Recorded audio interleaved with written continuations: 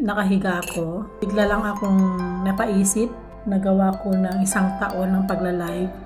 Kasi nadidismaya ako kasi wala pong nagko-comment sa videos ko. Miss ko lang po yung boss ko na yon kasi napakabait niya mga loves. Super bait niya. Huwag tayong susuko sa mga kapwa kong YouTuber na gusto nang sumuko. Goal to at pag napanood niyo hanggang dulo, thank you so much. And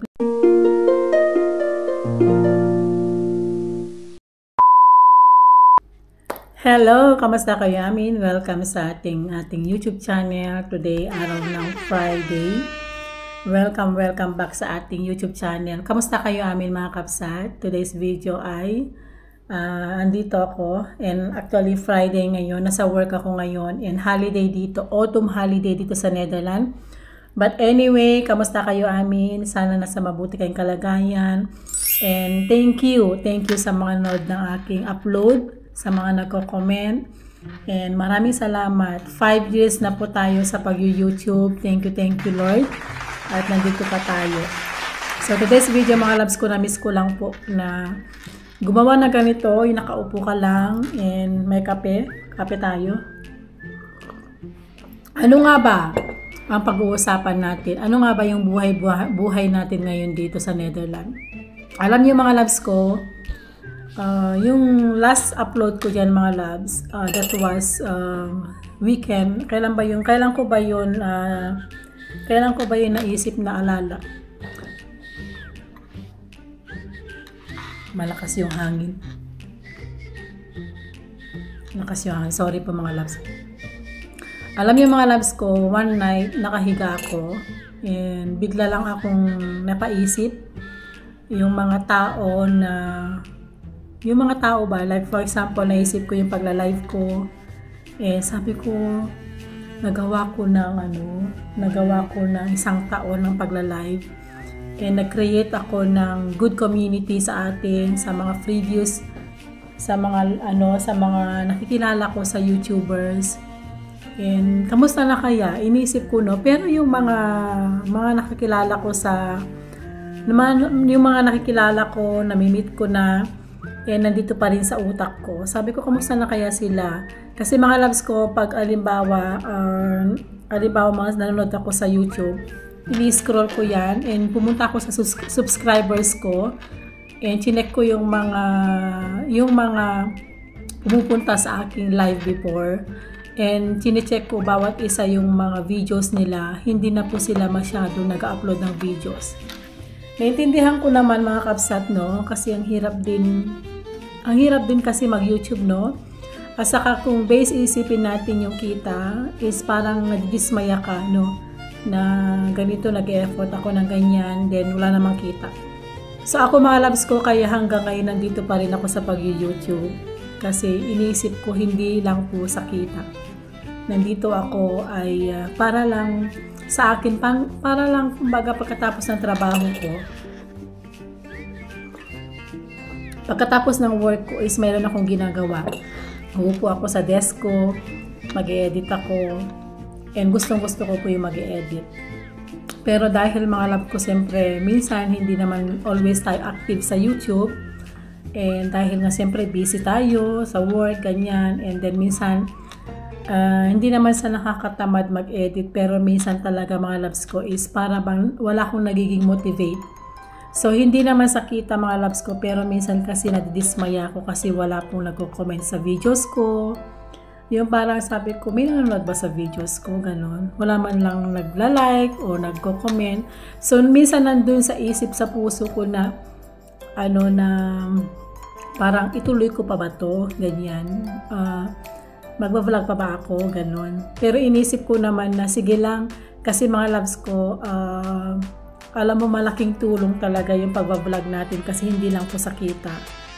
Ay, pag na-miss mo yung old videos mo, yung mga nangyari noon, siyempre tayo, tumatanda tayo, di ba? So, parang meron kang napapanood. Meron kang napapanood yung mga old videos mo. Like for example, no, may kikwento ako sa iyo. Meron akong isang trabaho na isang part-time. Bini-video ko yan mga loves ko. And lahat ng ginagawa ko, everyday mostly nag-upload ako yan. Very active ako noon. Then, na-miss ko lang po yung boss ko na yon kasi napakabait niya mga loves. Super bait niya. And then, sabi ko nga, one day, free ako sa bahay. Sabi ko nga, panoorin ko kaya yung aking, old na videos noon. Kasi yung boss ko mga loves ko ay Malaysian siya, taga Malaysia. Nagtrabaho ako sa kanya ng 6 years. Super bait niya mga loves ko. Kaya po ako nagkakaroon ng mga bagay yung mga bagay na nabibili ko ngayon, like yung mga bags, nakakaipon ako, nakakapagpagawa ko ng bahay ng mga kapatid ko dahil sa kanya. Super galante niya magbayad, very appreciation, and kasi mga loves ko, maganda yung posisyon niya sa trabaho, siya yung boss. Alis siya, pupunta siya ng ibang bansa, magtatrabaho siya ng 2-3 nights, nagbe-babysit ako sa anak niya noon. And every night ko noon mga loves ko 100 euro. So minsan 3 to 4 days, 500 euro na yun. So nakakaipon ako mga loves ng pera. Lahat ng extra babysit ko ay iniipon ko yan, side aside ko yan. So nabibili ko yung mga bag ko na LV, nakakapagpagawa ko ng bahay sa Pilipinas, nakakaipon ako, nakakapagbakasyon ako. So yun, and then binalikan ko yung mga videos mga loves. Na-miss ko lang, sabi ko, oh my God, bata pa ako dito, and very fit ako, and very active ako sa pag-edit, very active ako sa gumagawa ng mga magandang edit, ganyan. Sabi ko, bakit ngayon parang tinamad ako?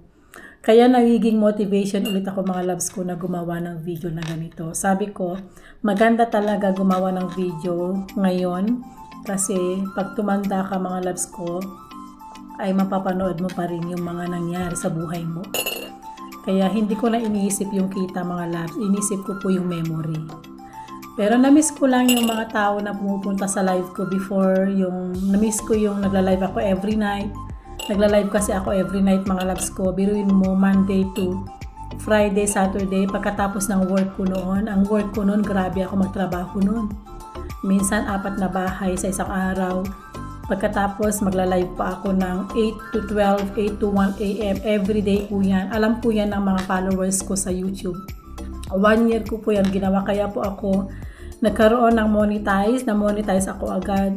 And yung kita ko noon mga loves ko na monetize ako, nagla-live ako, ang daming nagsisend sa akin ng support, parang star, nagsisend sila sa akin ng nakalimutan ko na rin mga loves ko, no? Parang nagsisend sila, kasi pag na-monetize ka mga loves ko, parang may magsisend sa'yo ng pera through YouTube. Kaya nakakaipon ako. Pinakamalaking sahod ko noon mga loves ko is 40,000 pesos. So, nakakaipon ako noon, pero hard work, grabe yung trabaho noon. Ang laki nga nakita ko sa YouTube, pero wala akong pahinga. Buti na lang mga loves ko, yung husband ko, napaka-supportive niya talaga. Biruin mo, everyday ako nagla-live, 7 to 1 a.m. Nandiyan lang sa tabi ko, siya nagbibigay ng coffee, siya yung nagbibigay sa akin ng, tawag niya, ng like pag weekend, pag Saturday, nagla-live ako. And gumagawa siya ng something na iinom kami, gagawa siya ng pulutan.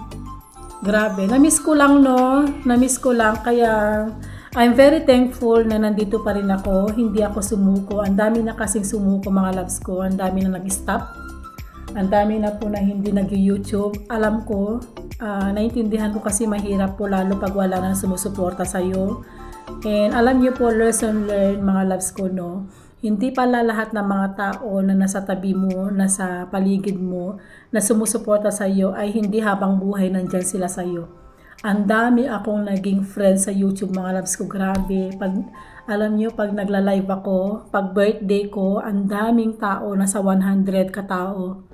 Super saya lang. Tawanan kami, kantahan, kwentuhan, pero wala na. Biglang naglaho na, biglang nawala na. No? Pero kahit ganun pa rin mga loves ko, kung mapanood man nila to, shout out sa inyong lahat. Kung sino man kayo, kung naalala nyo pa ako, namimiss ko kayo. Pero inisip ko baka bumalik ako sa pagla-live, pero hindi nakagaya ng ganun. Magla-live lang ako sa YouTube, pero hindi nakagaya ng ganun. para makita ko lang kung may sumusuporta pa ba sa akin sa pagla-live, no?